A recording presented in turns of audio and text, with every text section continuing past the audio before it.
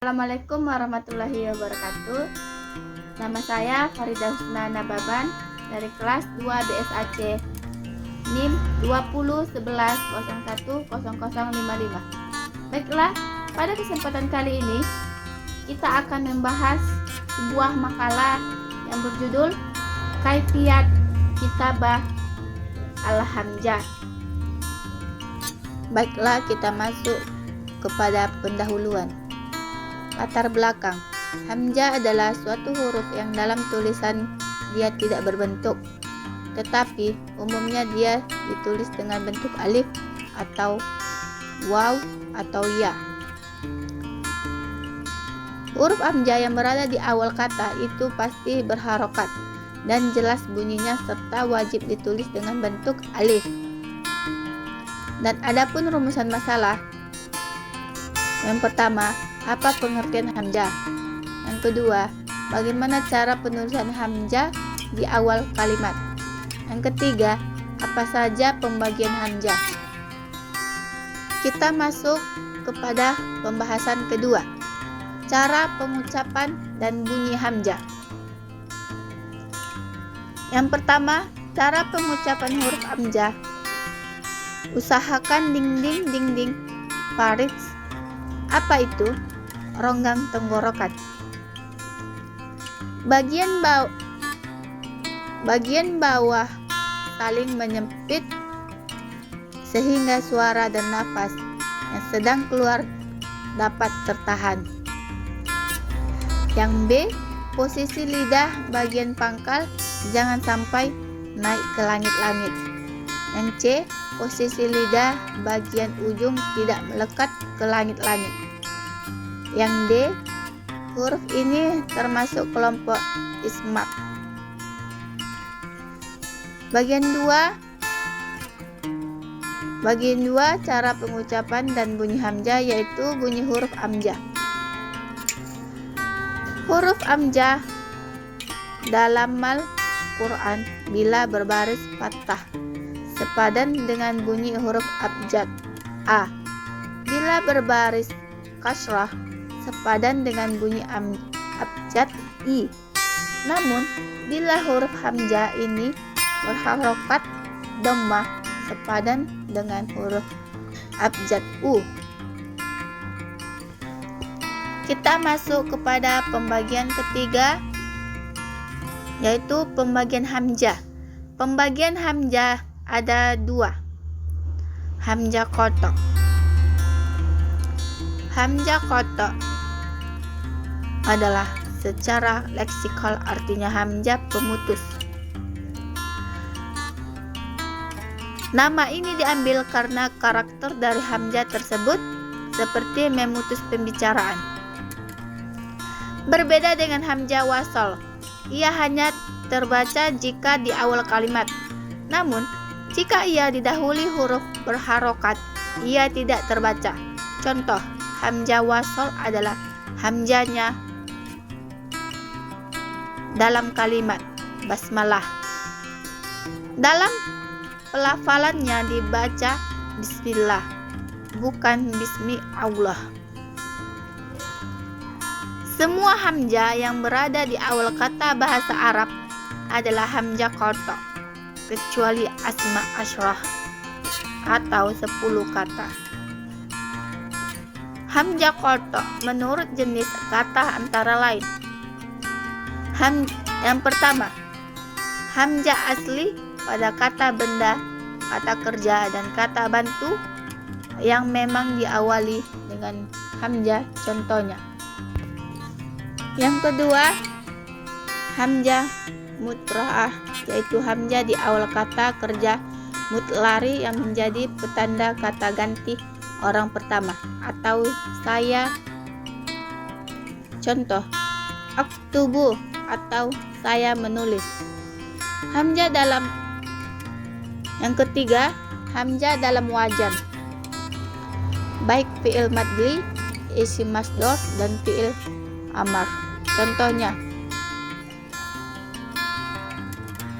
hamzah kotok di awal kata ditulis alif ditambah tanda hamzah di atasnya saat berharokat fathah dan dhammah. Contohnya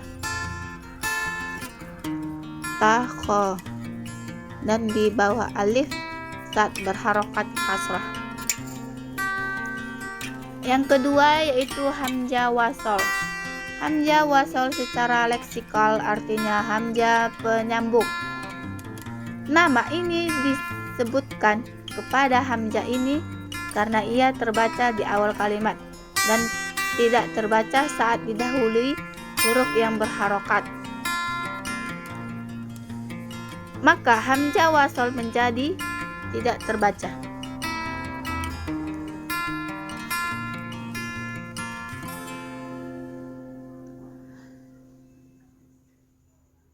Pakar linguistik Arab menyepakati bahwa hanya ada 10 kata benda yang disebut asma asyarah yang diawali hamzah wasol, yaitu 2 laki-laki, nama, 2 perempuan, anak laki-laki, anak perempuan,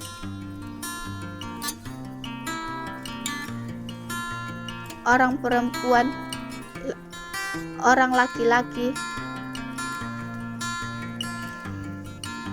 Hamzah di atas 10 kata tersebut dikategorikan hamzah wasol saat mufrad dan muannas munsannah.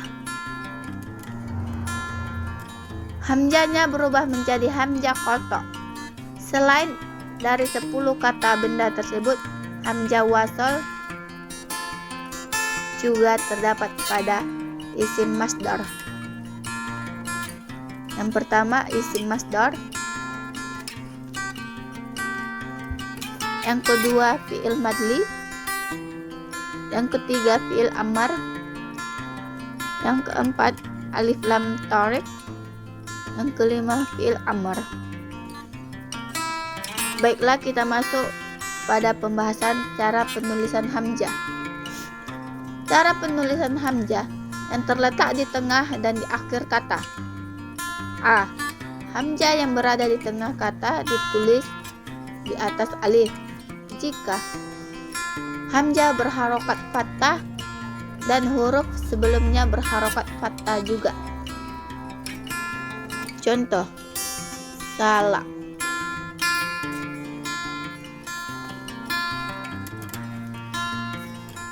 Yang kedua, hamzah sukun dan huruf sebelumnya berharokat fathah. Yang ketiga, hamzah berharokat fathah dan huruf sebelumnya sukun. Selain ya.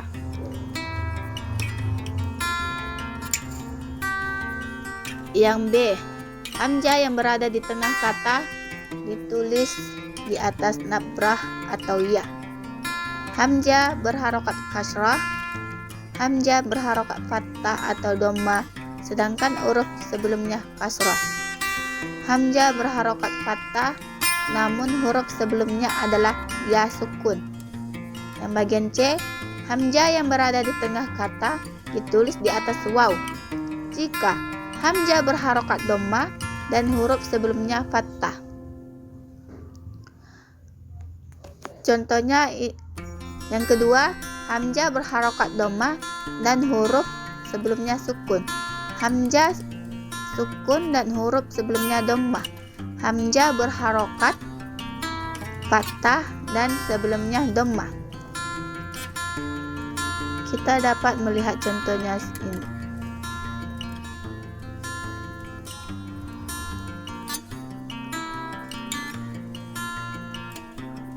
Bagian D, hamzah yang berada di tengah kata ditulis bersendirian. Hamzah berharokat fathah terletak setelah alif. Contohnya ya tasa'alun. Nomor 2, hamzah berharokat fathah terletak setelah waw sukun. Contohnya muru'at. Yang ketiga, setelah hamzah ada alif tanwin karena nashab dan sebelumnya bukan ya sukun. Contohnya imra'at.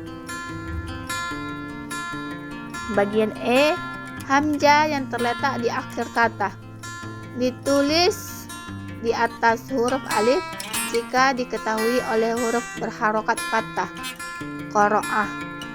Yang kedua, ditulis di atas huruf ya jika didahului oleh huruf berharokat kasrah, sati.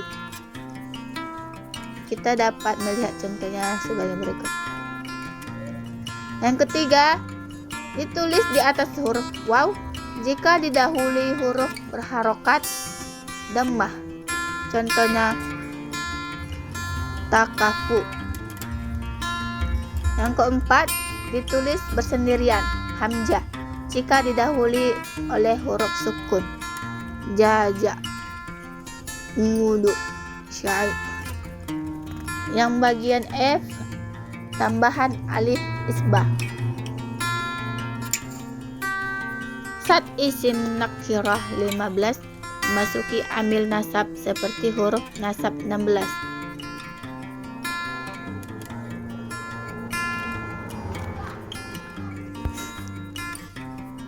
Atau jumlah fi'ilnya, maka di akhir kata tersebut harus ditambah dengan alif sebagai tempat meletakkan fathah atau tanwin nasab.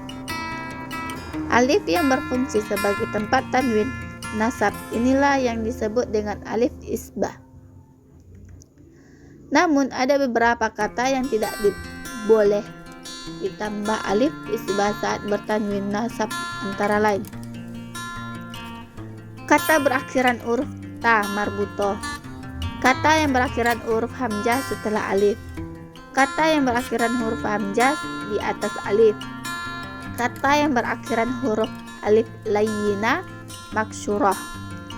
Saat ini kita menulis 4 jenis kata tersebut tidak perlu menambahkan alif lagi untuk menempatkan tanwin nashab. Ini sebagai contoh berikut.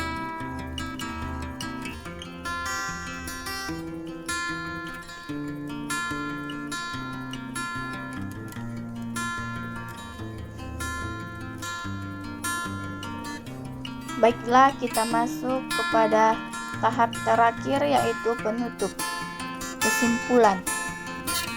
Kita dapat mengambil beberapa kesimpulan dari yang saya jelaskan yang di atas tadi.